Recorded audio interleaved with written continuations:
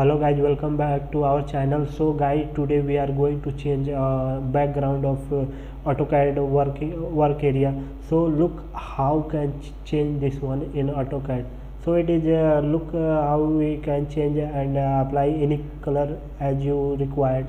So if you want to change this color, so go to the AutoCAD menu bar, and here it will option select this option, and it windows open, and here we select the display.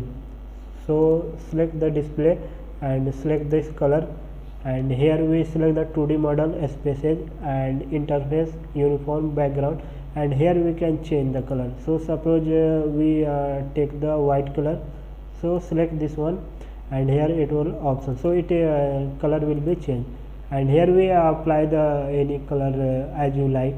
So depend on you, so what you apply any color to your AutoCAD workspace.